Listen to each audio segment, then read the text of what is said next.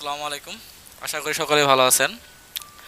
তো আজকে যে বিষয়টি নিয়ে আসলে আমি ভিডিও মেক করব, বিষয়টি খুবই ইন্টারেস্টিং এবং আমি আজকে আপনাদের অনেকেরই হয়তোবা অনেকেরই কাজে লাগবে। যে বিষয়টি হচ্ছে আজকে আমি যে আমাদের ডোমেইনের যে সমস্যা বা limitation, sub directory, sub domain বা হচ্ছে লিমিটেড যে স্পেস, এইসব সমস্যার কারণে আমরা অনেক সময় আমরা টাকা দিয়ে হোস্টিং নিয়ে থাকি, কিন্তু আমরা কিন্তু ওই লিমিটেশনের কারণে একটা লিমিট থাকে যে এতগুলো সাবডোমেইন নেওয়া যাবে, ক্রিয়েট করতে পারবেন, বা এতগুলো সাব ডিরেক্টরি ক্রিয়েট করতে পারবেন। এই ধরনের যে লিমিটেশন থাকে, আপনার দেখা যাচ্ছে হোস্টিং স্পেস আছে কিন্তু আপনি ক্রিয়েট করতে পারতেছেন না, দুইটা তিনটা পাঁচটা বেশি ক্রিয়েট করতে পারতেছেন না। কিন্তু আপনার প্রয়োজন হয়, আপনি যতগুলো কাজ করতেছেন, ধরেন যারা মার্কেট প্লেসে কাজ করেন তাদের প্রত্যেকের প্রয়োজন হয় যে তাদের ক্লায়েন্টের যে সাইটগুলো ব্যাকআপ নেওয়ার জন্য, বা তা ক্লায়েন্টের যে আপনি যে কাজগুলো করেন সেই কাজগুলোকে হচ্ছে একটা জায়গায় রাখার জন্য। কারণ আপনি ফিউচারে যখন অন্য কোনো ক্লায়েন্টের কাজ করবেন তখন সেই ক্লায়েন্টের কাজগুলো যাতে খুব সহজে করতে পারেন, বা সেখান থেকে যাতে কোনো কিছু এক্সপোর্ট ইনপুট করতে পারেন, বা যে কোনো কারণবশত আপনি ওয়েবসাইটগুলোকে রাখতে চান। তো এই জন্য আসলে আজকের ভিডিওটা। তো আমি এখানে আমি ইউজ করতেছি, আমার এই হোস্টিংটা হচ্ছে ব্লু হোস্টের হোস্টিং। এখানে আমার হচ্ছে 50 জিবির একটা হোস্টিং। তো এখানে আমার সাব ডিরেক্টরি ক্রিয়েট করার মতো আসলে কোনো সাব অ্যাডন ডোমেন ক্রিয়েট করার মতো কোনো অপশন নাই। আবার হচ্ছে এখানে আপনি সাব ডিরেক্টরি করতে পারবেন, সাব ডিরেক্টরি করতে পারবেন, তার জন্য একটা লিমিটেশন আছে। সাব ডিরেক্টরি কিন্তু বেশি করা যায় না, সাব ডিরেক্টরি কিন্তু বেশি করা যাবে না। এখানে দেখতে পাচ্ছেন একটা লিমিটেশন আছে, কিন্তু স্টোরেজ স্পেস কিন্তু আমার প্রচুর স্টোরেজ স্পেস খালি আছে।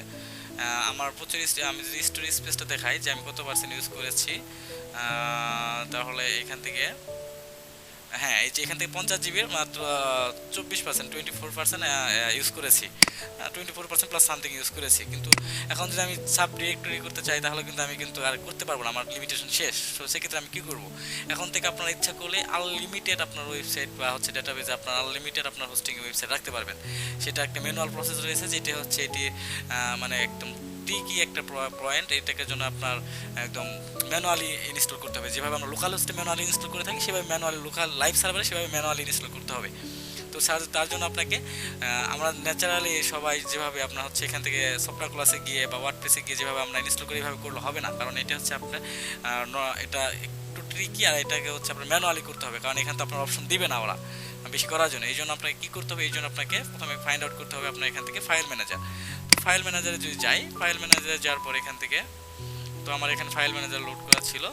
আমরা যে মেইন ডোমেইনে যে ওয়েবসাইটটি থাকে সেটি হচ্ছে আমাদের এই কিন্তু এই এখানে না, আমরা কিন্তু মেইন পাবলিক ডট এসটিএমএল এর ভিতরে, কিন্তু পাবলিক আন্ডারস্কোর এসটিএমএল এর ভিতরে কিন্তু আমাদের মেইন ডোমেইনটা থাকে। কিন্তু আমি এখানে কি করেছি, আমি আমার ক্লায়েন্টের সব ওয়েবসাইটে রাখার জন্য দেখেন এখানে ক্লায়েন্ট নামে একটা ফোল্ডার ক্রিয়েট করেছে। ফোল্ডার ক্রিয়েট করা হয়তো অনেকেই জানেন। এখান থেকে জাস্ট ক্রিয়েট করে এখানে নাম দিয়ে এখানে ক্রিয়েট ফোল্ডার দিলেই হয়ে যাবে। তো আমি এটা ক্রিয়েট করে রেখেছি। দেখেন এখানে কিন্তু আমার যে কয়েকটা ওয়েবসাইট অলরেডি রাখাও আছে, এই দেখতে পাচ্ছেন এখানে রাখা আছে। তো এখন আমি আরেকটি নতুন একটি ওয়েবসাইট ক্রিয়েট করব। এখানে ক্রিয়েট করার জন্য আমাকে খুব সিম্পলি এখানে যে কাজটি করতে হবে সেটি খুবই সহজ। তার জন্য এখান থেকে আমাকে ক্রিয়েট ফোল্ডারে ক্লিক করতে হবে। আমি একটি চায়না ক্লায়েন্টের কাজ করব, তাই জন্য আমাকে আমি ক্লায়েন্টের নাম দিয়ে একটা লিখে রাখলাম, ফোল্ডারের নাম। তো ক্রিয়েট দিয়ে দিলাম।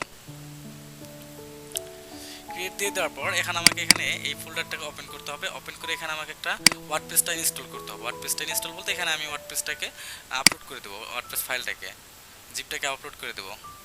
তো এটাকে আপলোড করে দিচ্ছি।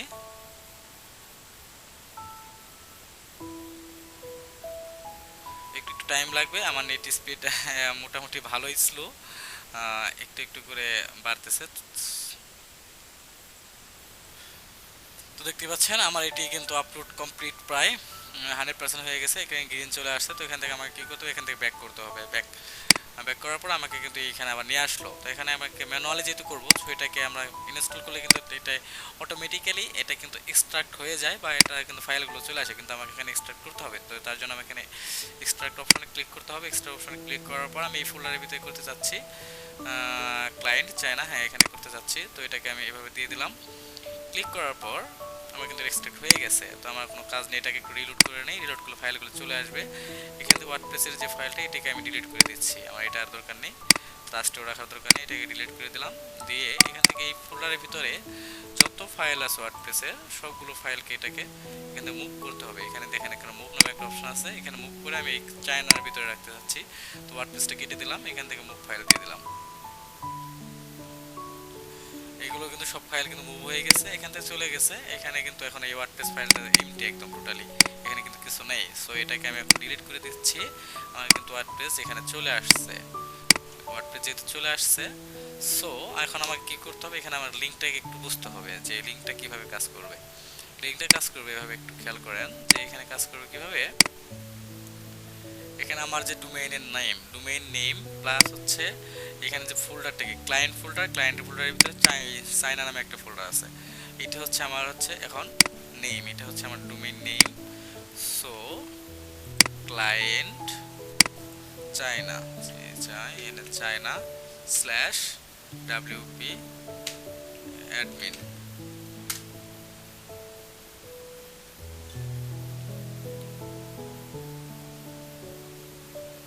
এখানে কিন্তু আমার হচ্ছে এই যে ওয়ার্ডপ্রেস ইনস্টল করতে যাচ্ছে, এটাকে হচ্ছে এখন আমাকে ওয়ার্ডপ্রেস ইনস্টল করতে হবে। সো এর জন্য এখন কন্টিনিউ, লেটস গেট স্টার্ট। এখানে ডাটাবেজ নেম, আপনারা ডাটাবেজ নেম, ইউজার নেম কেউ ক্রিয়েট করতে হয়, এটা হয়তো অনেকে জানেন। যদি না জানেন তাহলে আমাকে কমেন্ট করে জানাবেন, আমি এইগুলো একটা ভিডিও করবো কীভাবে একটা আপনার হোস্টিং কীভাবে ডাটাবেজ নেম এবং ইউজার নেম ক্রিয়েট করবেন এবং সেগুলো কীভাবে ডাটাবেজের সাথে কীভাবে ইউজার নেমে কানেক্ট করবেন সেগুলো নিয়ে আমি একটা ভিডিও নিয়ে আসবো। সো এখন আমাকে ডাটাবেজ নেম ক্রিয়েট করা আছে। সো আমি এখন ওই আমার ডাটাবেজ নেম, ইউজার নেম এবং পাসওয়ার্ড দিয়ে আমি এটাকে এটাকে সাবমিট করব। তো এখানে আমার ডাটাবেজ নেম এবং ইউজার নেম সেম আমি একই রেখেছি আমার কাজের সুবিধার জন্য। এখানে পাসওয়ার্ড দিয়ে দিলাম, পাসওয়ার্ড দিয়ে এখানে এটাকে এভাবে থাকবে। এখানে শুধু প্রিফিক্সটাকে আমি যেটা করে ন্যাচারালি সবসময় এখানে আমি উল্টাপাল্টা কিবোর্ড টাইপ করে দিই, এটা আসলে কোনো ফ্যাক্ট না। সো এটা কোনো বিষয় নয়। তারপরে এখান থেকে আমাকে এখন ক্লিক করতে হবে। এখন আমাকে সাবমিটে ক্লিক করতে, সাবমিটে ক্লিক করার পর সাকসেসফুল আমাকে কনগ্রাচুলেশনস অল রাইট, যাই হোক এখানে একটি টেক্সট দিয়েছে, ওনারা একটি নোট দিয়েছে। তো আমি রান দ্য ইনস্টলেশনে ক্লিক করলাম। ইনস্টলে সাইটের নাম কি হবে, সাইটের নাম আমি জাস্ট কি দিব, সাইটের নাম দিয়ে রাখি ব্লগ সাইট, সরি এখানে ব্লগ। ইউজার নেম যেটা আমি দিই সবসময় অ্যাডমিন, আর এখানে হচ্ছে এখানে আমার একটা পাসওয়ার্ড দিতে হবে। সো এখানে আমি একটি পাসওয়ার্ড দিয়ে দিচ্ছি। এখানে আমি আমার পাসওয়ার্ড দিয়ে দিয়েছি। এখান থেকে আমাকে যেটি করতে হবে, এখান থেকে আমাকে একটি মেইল দিতে হবে, abc, এটা ওরকম কিছু নয়, abc@gmail.com, এটা দিয়ে দিলাম। দিয়ে দেওয়ার পরে এখানে সার্চ ইঞ্জিনের বাইরে, যেহেতু আমি এগুলো সার্চ ইঞ্জিনের কোনো প্রয়োজন নেই, সার্চ রেজাল্টে না আসলেও এটা আমার প্রবলেম নাই, কারণ এটি আমি জাস্ট ব্যাকআপ হিসেবে রাখতেছি বা আমার নিজের প্রয়োজনে রাখতেছি। সো আমি এখান থেকে ইনস্টলেশন ওয়ার্ডপ্রেসে ক্লিক করলাম।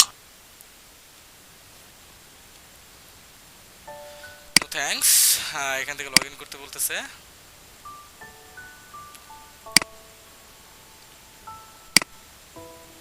এখান থেকে লগ ইন করবো আমি এখন আমার ইউজার নেম এবং পাসওয়ার্ড দিয়ে। তো লগ ইন করার পর আমাকে এখন সরাসরি ড্যাশবোর্ডে নিয়ে চলে আসছে। এই হচ্ছে আপনাদের WordPress installation manually process.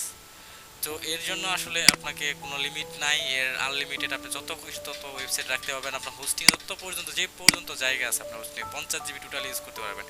Specially এখানে ওনাদের একটা ফাইল, এখানে একটা হচ্ছে ফাইল ইউজ একটা লিমিট দেওয়া থাকে, কিন্তু ব্লু হোস্ট এটি একটি সুবিধা যে এখানে ওনাদের কোনো লিমিট নাই।